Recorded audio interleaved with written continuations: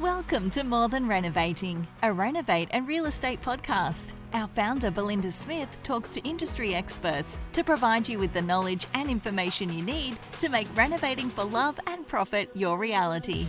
Belinda will also chat to some of her Renovation Mastery members, who are just everyday people doing extraordinary things, following their passions in the renovation and property space. So, let's jump straight into the episode. Enjoy.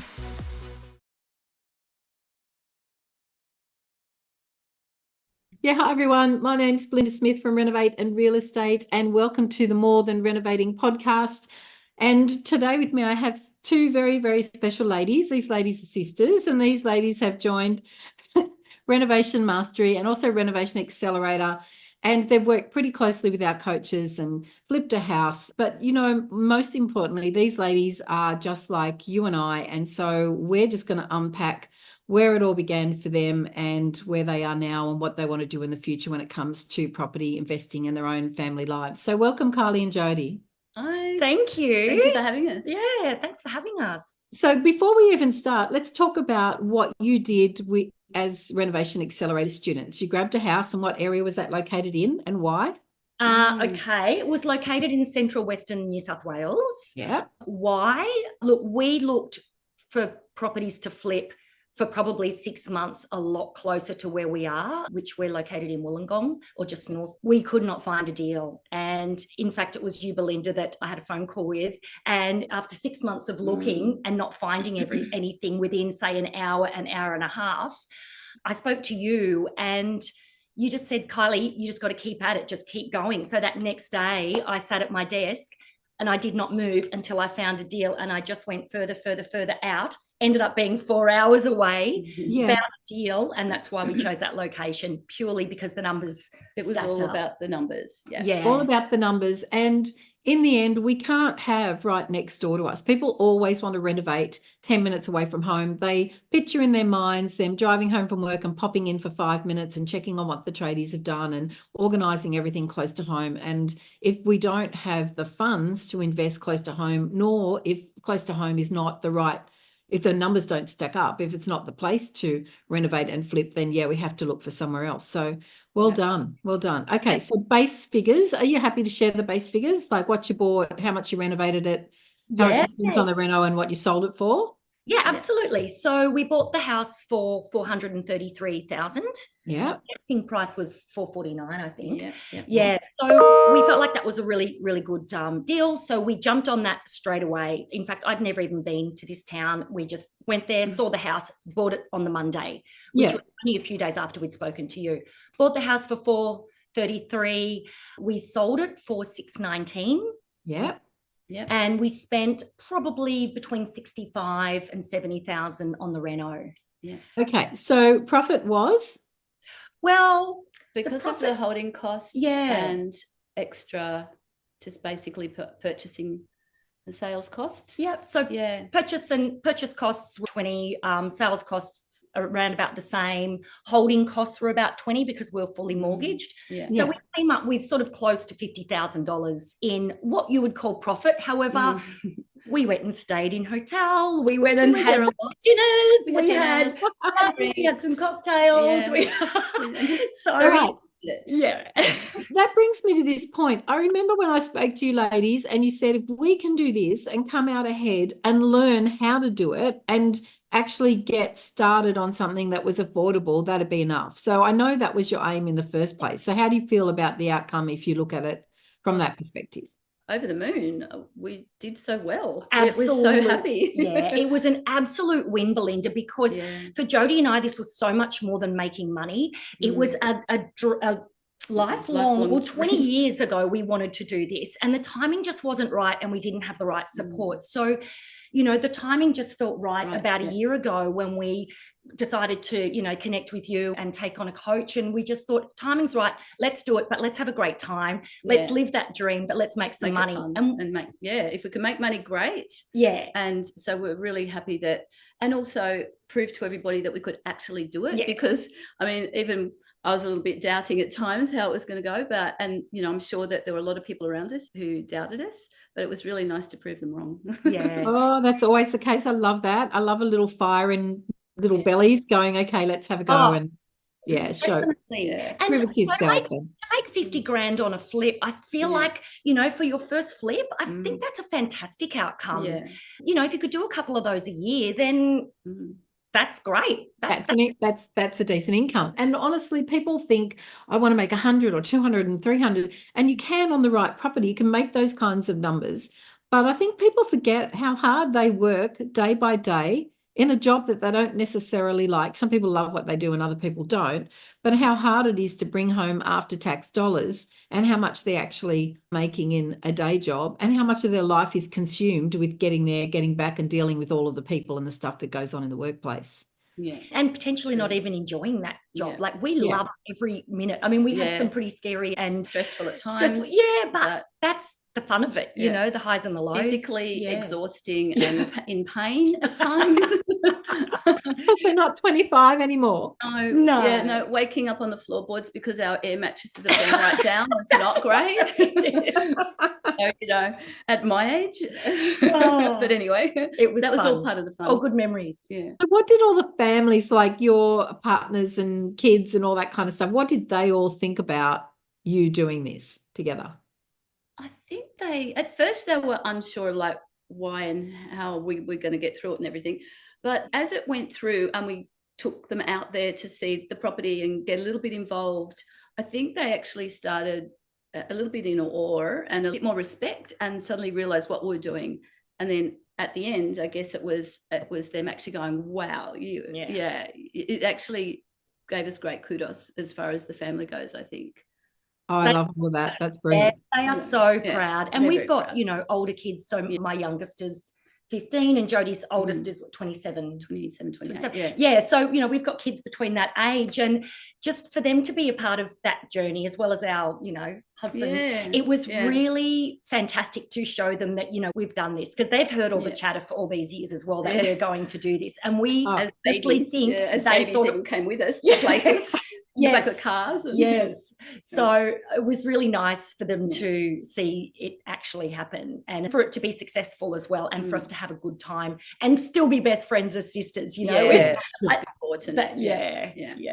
I remember when I spoke to you, I said, okay, ladies, out of all of the outcomes, what I want for you is for your sister relationship to stay true. Like when you go into this, I don't want you fighting over who's choosing a vanity or what color a wall's going to be. Like none of those things matter as much as your long-term relationship. And I just love the way you conducted yourselves all the way through. I wasn't there to see you pulling faces at each other every now and then, but I know you get on really well. But it's important, it's important that a business transaction, and in the end, a renovation is some kind of business transaction when you're coupling up with somebody else or doing a joint venture. So I think you conducted yourself so beautifully, and I was so happy when you had the outcome that you did, and that you feel like straight away, oh yeah, I can go and do this again. It's no big deal.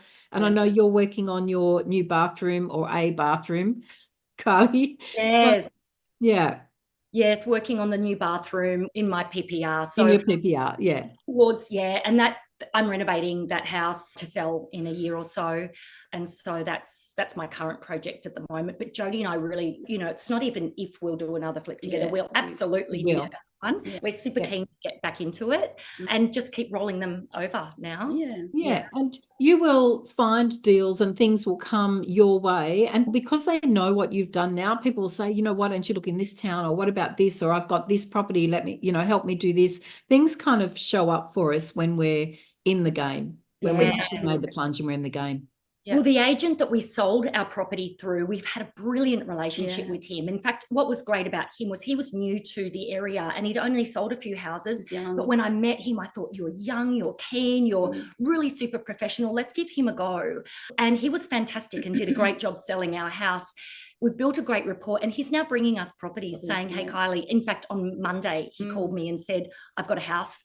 Have a look. I think this would be a great one for you girls to do. So, that's the second one he's brought to us in the last couple of months. So we're just looking at, whether they stack up or not. So, of course. Yeah, just because you get brought a property doesn't mean it's the one to do. But fantastic that you've developed that kind of relationship. That's gold. And he'll continue to bring you properties.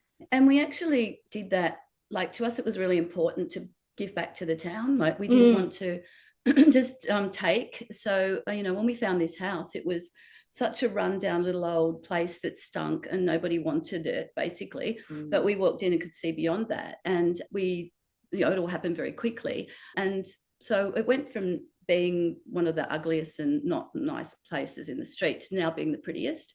And, we made friends with the neighbours. The reason we said that we ate and drank a lot in the town was because we wanted to contribute back to the town. We used all local trades. We spent money at all the shops. So it was really important to us to give back to the local community as well. I try and do that too. I mean, you can go to Bunnings in where you live and fill up your car and take stuff to the property. But I try and do that a little bit as well. But you also get to know, you get to know them. You get to feel a bit emotionally attached to the town. You get to really know where the good areas are and the not so good areas. You'll learn so much from the lady at the local cafe. They get excited about the property you're doing. They tell their friends to go and have a look at it when it's on the market. I'm with you. I think it's just, and it makes you, there's so much heart and soul in renovating and people just ignore it, especially I'll say it out loud, especially the serious investors that turn their minds off to everything else other than the numbers. And I think that there's so much more to this whole industry. They're creating something really new from something horrible and the satisfaction that comes along with that. Yeah, that's just awesome. So you'd obviously go again if you had the chance? Absolutely. Yes. We'll be working on that now. It'd be different this time not having Lauren holding our hand. She was so amazing. We just absolutely loved working with her, and just on so many levels, her knowledge was just fantastic and so skilled and experienced, but she's just that human element that was just like a warm hug as well, which we kind of needed because you're treading a path that you haven't walked really before. So she was just wonderful. But absolutely we'll go again. But I think we've learned enough on this first flip to now be able to go forward with confidence. Yeah, absolutely. I think it just takes one and then you just feel better about the whole process. But in every renovation, you're going to physically come across something that you haven't seen before. We still do, Brett and I still do, where we think, oh, okay, I didn't expect that to be where the fridge was supposed to be downstairs or down the other end. Can't go there because we pulled the wall apart and we went, oh, now we've got to flip our kitchen plan around. So it's those challenges, though, I think, that make us grow, that give us satisfaction when we come to a conclusion. And that don't rattle you once you've done a renovation before and you think, okay, I've just got to roll with the punches a little bit and what will be will be. And they're always things that nobody else notices when they look at your property. Like they will never know that in my mind, my fridge was going to be in a different place. They'll see what they see. We found that a lot. Whenever we'd come up against something like that, we would say to one another, is it going to be a buyer objection? Yes. If it's going to be a buyer objection, let's just go with it. And generally the answer was no, it is not. And if it was, well then, we had to work with that and find a solution, which was what I really enjoyed about the renovating process is it's a lot of problem solving. Yes. And that's fun. Like I find that really fun. So, How did you split the roles and tasks between you? Yeah. All right. You can answer. Yeah. Well, so I was the working partner, found the deal, drove the deal, managed the deal, basically bought all the PC items, hired all the trades and ran all the finances. Full time, basically. I was doing it full time. Jodes held the mortgage on the property. I put forward funds for the renovation and the purchase costs. So really, Jodie works full time. So Jodes does not have time in her Monday to Friday to do anything really. So for me, I did all the work and we had a shared drive. I kept Jodie up to date. We met every week on a Saturday morning. We'd have coffee. And my message to Jodes was always, you can be involved as little or as much as you'd like. If you don't have time, don't do anything. If you want to get involved, jump in. So that's how we worked. Pretty much did it so that anything that came up that needed a decision, which Kylee would always talk to me about it. We'd always go through things. If it was time sensitive, then Kylee, and I'd give her I trusted what her decision-making process. So I'd just basically say, go ahead. But if it was something I felt very strongly about, then we'd obviously discuss it further. So we basically did it that way. Yeah. And it worked really well. I mean, I just had to be really respectful that Jodie's week is full on, but also that she needed to feel included and she needed to feel a part of the decision-making but not be pressured. Yeah. So I think that worked out really well, didn't it? And then I took a couple of like Fridays or Mondays off, and we'd go out, or we would go there on a Saturday, come back on a Sunday. Like, so we went a lot. You went out a couple of times on your own, but I went a lot. There was a lot of time. But we wanted to do that too. We didn't have to, but we wanted to. Yeah. All right. Describe the type of renovation to anybody who didn't see the property transformation like I did, week by week, pretty much. Yeah. Describe, generally speaking, the type of renovation that you did. Yep. Okay. So 3-bed, 1 bath. Yeah. Really, we had to repaint the entire house. So the roof, the exterior, absolutely everything got a coat of paint, which we had professional trades do. The kitchen, bathroom and laundry, we completely gutted all 3 of those, including all the walls, because it was full of asbestos. So that was my first experience with it. Surprise. It's just a thing to do. It's ring up an asbestos remover, get a quote and get it pulled out. I mean, it just costs a little bit more than it would otherwise. Yeah, we had some here last week and I'm like, oh yeah, they're older homes. It's going to be asbestos in nearly every older Australian home. There just is. And if that's a problem, then great, life's good, like, you know. Yeah, it's like, move on. Yeah. Exactly. So gutted the bathroom, kitchen and laundry. Redid all of those. So it was all brand new, really. The owners had pulled up the carpet. It's floorboards got dang. Carpet stank so bad that our electrician went in one day just to do a site check and brought his little boy in, who then ran outside and threw up on the front lawn. Oh, it's bad. So we pulled that up ourselves. Got the floors polished, carpeted the bedrooms, all new fittings, light fittings. Yes. We put down lights through the ceiling because that just made for a much nicer. That was nice. More modern. We actually completely took a wall out. Oh yeah, we did take a wall out. So the kitchen was separate to the lounge room. Yeah. And so we decided to just completely open it up and just have a planned kitchen and living. And that was fantastic because when you walk through the front door, it was just, you could just see open. It beautiful. And it had lovely old sash wooden windows. So Kylie put all the window changed hardware. All we the changed window all the hardware, all the door hardware. I did all of that. That was fun. One of the biggest things that we had to spend a lot of time on, which you probably wouldn't think so much about, was the lawns and the gardens. Because landscaping, yes. Yeah, we didn't do anything really over the top, but maintaining that lawn to make it beautiful so that by the time we were selling, there was a lush green, beautiful lawn because it was a big yard on both huge front and back.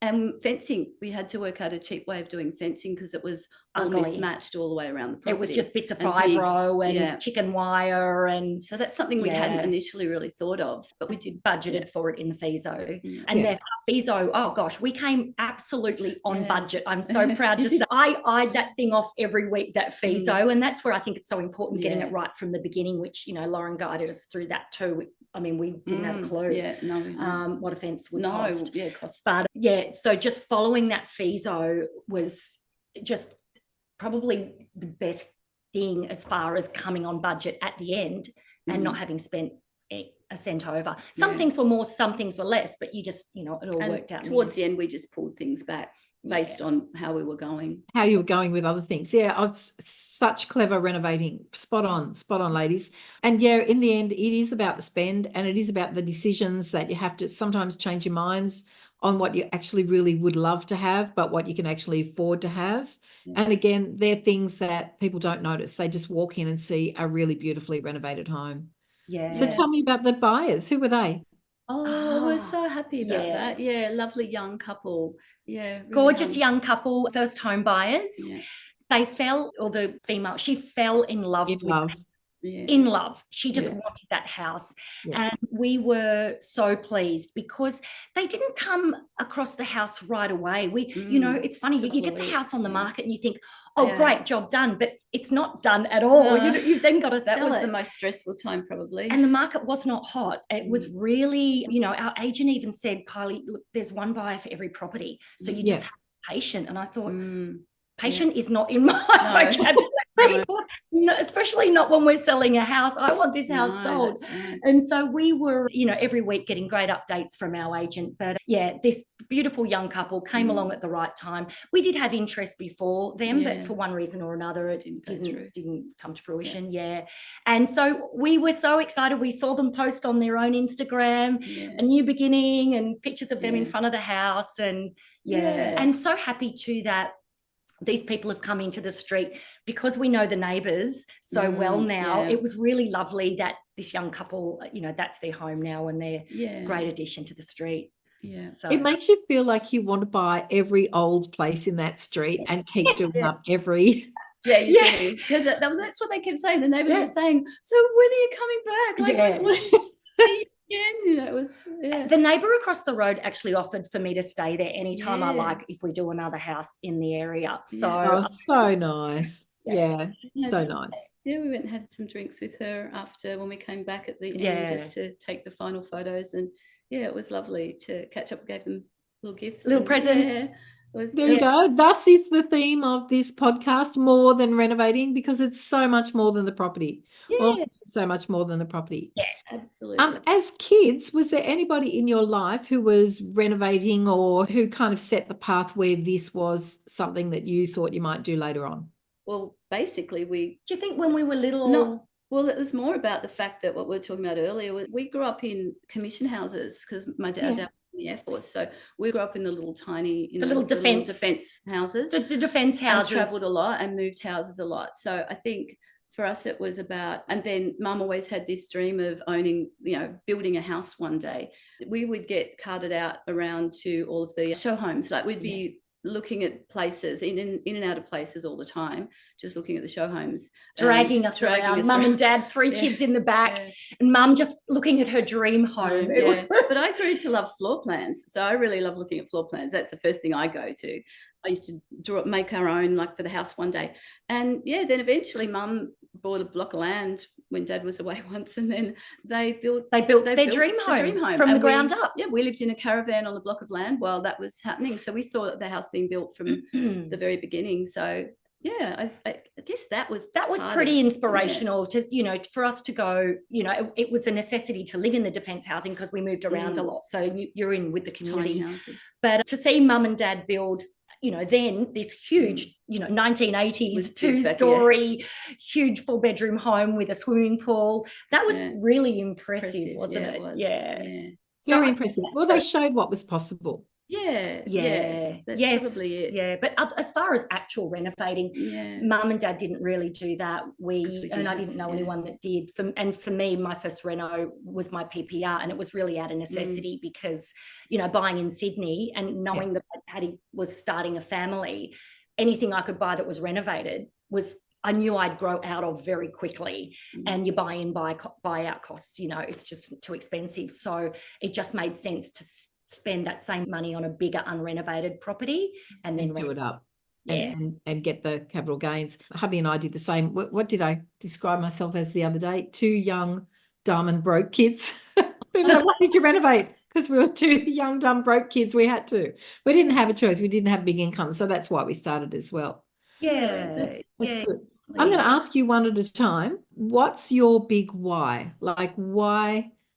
What's your big why? What's your big reason for embarking on this renovation thing or a property investment journey?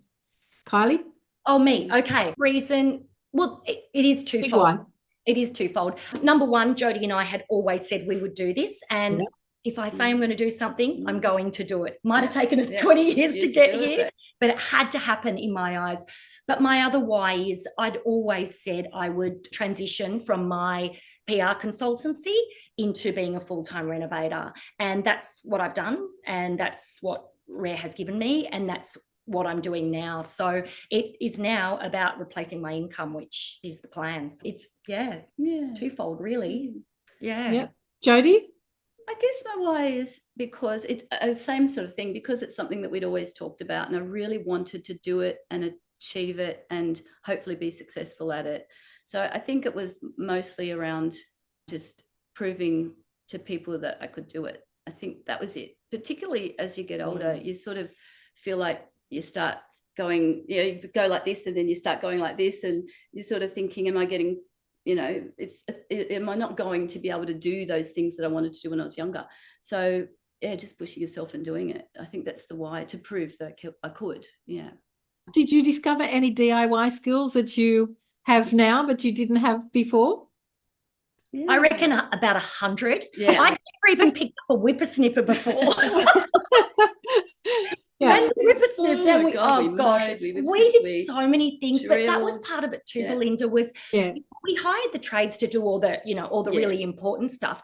But, because we wanted to be on site, you didn't, and yes, we did have little breakfasts and things, but it's like, if we're going to be here, let's do stuff. So Yeah. I made best friends with the guys down at Bunnings in the tool shop. I knew them on a first name basis. I'm like, right, I need to change door handles. How am I going to do How do I do it? I want to do it myself. I don't want to be the handyman to do it. So yeah, door handles, all the window latches, changed all of those, and the stupid screws that get rusted in because the condensation, and then you can't get the screw out. So I learned how to get screws, rusted screws out. Oh gosh, we did so many things. We did all the detail stuff, really. Yes. I'd never Jodie tiled the laundry splashback. Go, Jodie. Work full time, tile splashbacks on the weekend. It's just leftover tiles, and we thought, we should have done that. So I'm like, why don't I try? So, I learned how to use a paint spray gun and sprayed all of the Colorbond fences. Yes. And the entire, so we had this cute freestanding garage with a roller door. With these nice, it was really ugly inside and dirty and stinky. And we gurneyed it and sprayed it white and hung fairy lights in it. Yes. How gorgeous. It was just really, then that people could use it as a little outdoor room or, but. And it was things like the thinking initially that the garage door, we'll have to replace that. It was squeaky and it just was all looked terrible. But then when we get closer, we're like, we can't really afford to replace that. So, we figured out, got rid of the squeaks, got rid of all of the flaking paint and everything, and then Kylie painted it, and we're like, it's like a brand new door now. So it looks great. Yeah, paint is amazing. Yeah, and just spending the time, I think, and repurposing what's there, because you think of landfill as well. It's not, it's about saving money. It's about landfill, and it's just about keeping what you can. So we learned so much. We did so much more than we thought we would have. Definitely. And so you finished reasonably on time on what you calculated, or how long you calculated it would take you? We would have, if it wasn't for that darn kitchen bench. Yes. We were absolutely powering through. We couldn't even believe. So we bought the property, or we settled in October 13. And then by Christmas, we knew Christmas would cause a few problems. Always. A bit of time. And also we wanted to spend time with our families and home for at least a week and a half or something. But the benchtop arrived the week before Christmas, and I was thinking, we're going to get this house on the market by the end of January, which I was hoping to. I mean, it was tight, but the benchtop arrived and it was 300 mil too short. Oh, okay. Because it was the day before Christmas. Yes. And the benchtop people, they take all of January off. Yeah. You had to wait for them to come back. Yeah. And so then by the time that happened, you can't tile your splashback, which means you can't get your power points, all fitted, which means you can't get your plumbing all done. So it just stupid bench top held everything up. But otherwise, I think we'd wrapped everything up by end of February. Yeah. Got the house on the market in March. We're probably about a month over when we sold it by May. Yeah. If you're a month over and that splashback accounted for that month, then you were spot on time and on budget. Awesome work. Really awesome work. And the other thing was too, Belinda, because we had our buyers that absolutely fell in love with the house, we ended up with a 2-week settlement, didn't we? Oh, yes. Yeah. Oh, really? So we got your money fast. Get in. So we were yes-sirree. So we had our conveyancer on it to turn that around. So we bought the settlement forward for them. Yeah. Oh, fantastic. Brilliant. Yeah. Yeah. Well done.